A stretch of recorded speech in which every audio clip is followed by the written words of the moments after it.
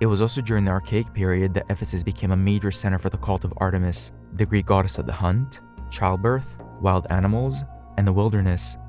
In antiquity, the word cult did not have the same negative connotation that it has today.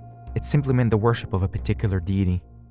Artemis was one of the most important Greek goddesses and twin sister of Apollo. Apollo and Artemis were the children of Zeus and Leto. Leto was a deity who, according to myth, was born at the site of Latoon in Lycia. This later became an important sanctuary for her cult. Zeus impregnated Leto, but she had trouble giving birth because Zeus's wife Hera was furious and jealous, and aggressively pursued her. Leto eventually found refuge on the island of Delos, where she gave birth to the twins.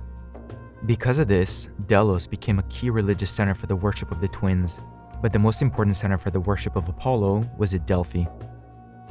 And the most important center for Artemis was at Ephesus. This was the site of the Temple of Artemis, on the edge of the modern town, where the original Greek city was.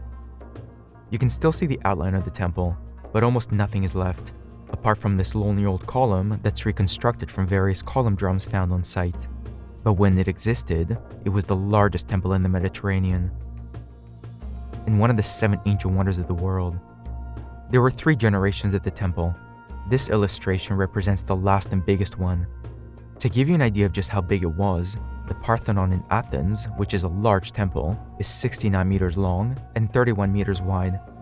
The Temple of Artemis had the width that was as big as the length of the Parthenon, 69 meters, and it was 137 meters long, making it 4 times bigger than the Parthenon. And in terms of total size, if this was the Parthenon, then this was the Temple of Artemis, 8 times bigger in volume. It was a monster.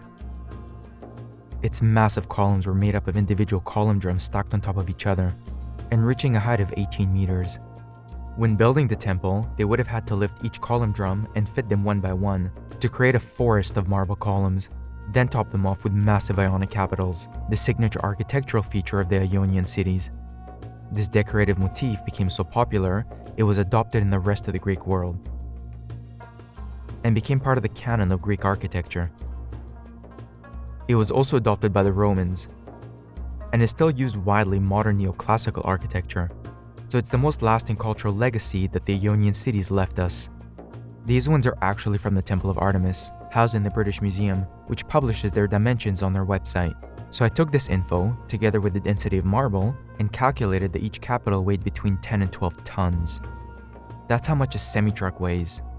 So it's like lifting a semi-truck to a height of 6 or 7 stories. With technology of 2,500 years ago.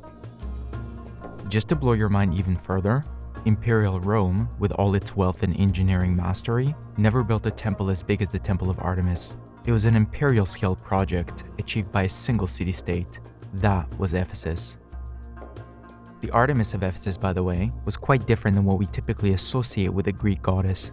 She was fused together with an Anatolian goddess named Cybele to look like this, whereas this depiction of her is from the Hellenistic and Roman periods. The city became known as Servant of the Goddess. It hosted a festival in her honor during the springtime, which attracted thousands of pilgrims from all over the Greek world. It was called the Artemisia and included religious rites and sacrifices, processions through the city that carried images of her, athletic competitions, dance, music, and theater performances. It was deeply ingrained in the city's religious and cultural traditions, lasting for well over 1,000 years, from as early as the 8th century BC and until Christianity extinguished it in the 4th century AD.